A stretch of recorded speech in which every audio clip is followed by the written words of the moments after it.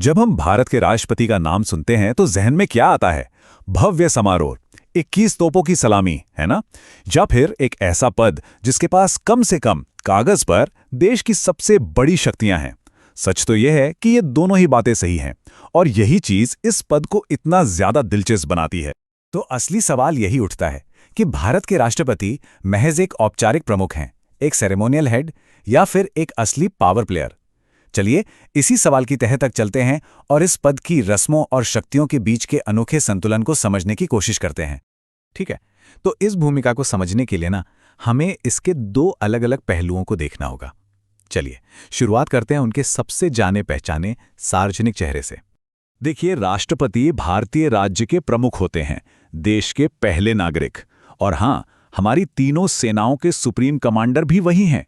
वो राष्ट्र की एकता और अखंडता का प्रतीक हैं, और सरकार का हर एक काम औपचारिक रूप से उन्हीं के नाम पर किया जाता है। अब ये सब सुनकर तो यही लगता है कि ये पद ज्यादातर सेरेमोनियल ही है ना? पर क्या सच में ऐसा है? पर रुकिए, कहानी का ये सिर्फ एक हिस्सा है। अब देखते हैं सिक्के का दूसरा पहलू, मतलब वो जबरदस्त शक्तियां जो हमारे संविधान ने राष्ट्रपति को दी हैं। कम से कम कागज पर तो दी ही हैं। और ये ताकत कोई छोटी मोटी नहीं है, इसे एक तरह का संवैधानिक शस्त्रागार ही समझिए। मतलब जरा सोचिए, एग्जीक्यूटिव पावर्स जिससे वो प्रधानमंत्री से लेकर जजों तक को नियुक्त करते हैं, लेजिस्लेटिव पावर्स यानी संसद को बुलाना, बिल पर वीटो लगाना, फिर financial, judicial, diplomatic, military powers, और सबसे बढ़ के इमरजेंसी पावर्स। अरे भाई, ये लिस्ट देखकर तो कोई भी कहेगा कि ये पद कितना ज्यादा पावरफुल है। तो अब सवाल ये उठता है कि अगर इतनी सारी शक्तियां हैं तो हम उन्हें हर रोज इस्तेमाल करते हुए क्यों नहीं देखते? इसका जवाब एक सिंपल सी लाइन में है, क्योंकि वो प्रधानमंत्री और उनकी मंत्रिपरिषद की सलाह पर काम करने के लिए संवैधानिक रूप से बंधे हुए हैं। और ये सिर्फ कोई परंपरा नहीं है। 1974 में सुप्रीम कोर्ट ने शमशेर सिंह केस में इसे बिल्कुल शीशे की तरह साफ कर दिया था। कोर्ट ने कहा, संविधान को जो संतुष्टि चाहिए वो मंत्रिपरिषद की संतुष्टि है। मतलब जब भी संविधान में लिखा है कि राष्ट्रपति की संतुष्टि पर, तो इसका मतलब उनकी पर्सनल फीलिंग से नहीं, बल्कि सरकार की मर्जी से है। तो असल में राष्ट्रपति एक नॉमिनल हेड की तरह चुनी हुई सरकार के बिहाफ पर काम करते हैं। और पता है, इस सलाह वाले रिश्ते को लेकर संविधान में भी बदलाव हुए हैं। देखिए, 1976 में 42वां संशोधन ने तो ये कह दिया कि भाई मंत्रिपरिषद की सलाह राष्ट्रपति को माननी ही पड़ेगी, फुल स्टॉप। लेकिन फिर 2 साल बाद 44वां संशोधन ने थोड़ा सा बैलेंस बनाया। इसने राष्ट्रपति को एक छोटी सी पावर दी कि वो सलाह को एक बार, सिर्फ एक बार वापस सोचने के लिए भेज सकते हैं। पर हाँ, अगर वो सलाह दोबारा आ गई तो फिर मानना ही पड़ेगा। लेकिन क्या इसका मतलब यह है कि राष्ट्रपति के पास अपनी कोई पावर है ही नहीं? नहीं, ऐसा भी नहीं है। कहानी में ट्विस्ट यहीं से आता है।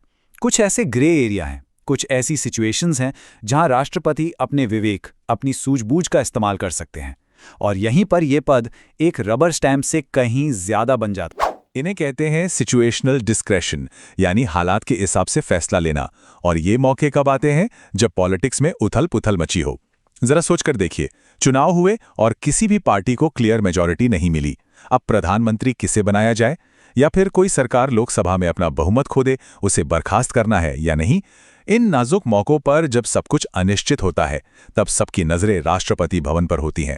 उनका एक फैसला देश की राजनीति की दिशा बदल सकता है। इसी सूझबूझ वाली ताकत का एक और बड़ा उदाहरण है वीटो पावर। इसके 3 प्रकार हैं, चलिए फटाफट समझते हैं। पहला, एब्सोल्यूट वीटो, मतलब बिल आया, राष्ट्रपति ने मना कर दिया, बात खत्म, बिल वहीं मर गया। दूसरा, सस्पेंसिव वीटो, इसमें राष्ट्रपति बिल को वापस पार्लियामेंट के पास भेजते हैं कि भाई इस पर एक बार और सोच लो। और तीसरा, जो सबसे दिलचस्प है, वो है पॉकेट वीटो। इसका मतलब है कि राष्ट्रपति बिल को अपनी जेब में रख लें, मतलब ना हाँ कहें ना, बस अनिश्चित काल के लिए उसे अपने पास रख लें। और इस पॉकेट वीटो का एक क्लासिक केस स्टडी है। 1986 में उस वक्त के राष्ट्रपति जेल सिंह के पास एक बहुत ही विवादास्पद इंडियन पोस्ट ऑफिस बिल आया। उन्होंने क्या किया? उन्होंने उस पर पॉकेट वीटो का इस्तेमाल कर लिया।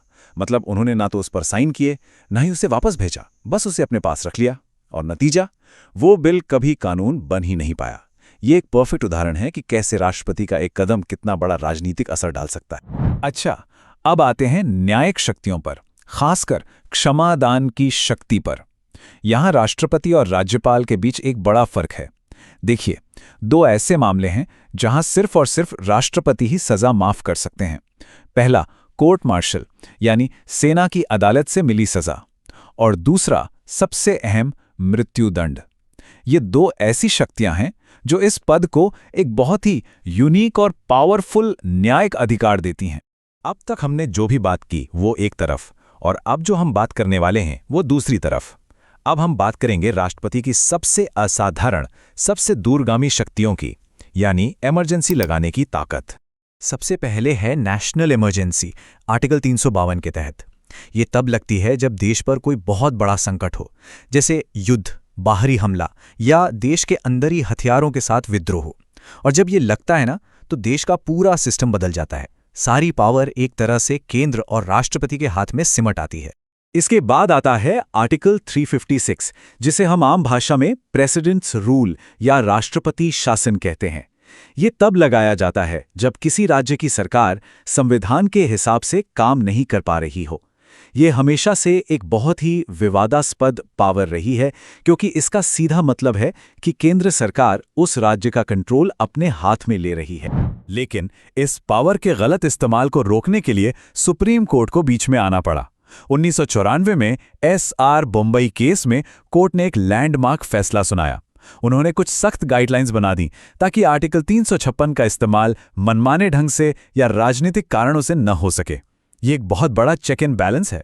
और इमरजेंसी के लिस्ट में तीसरा है फाइनेंशियल इमरजेंसी, आर्टिकल 360 के तहत।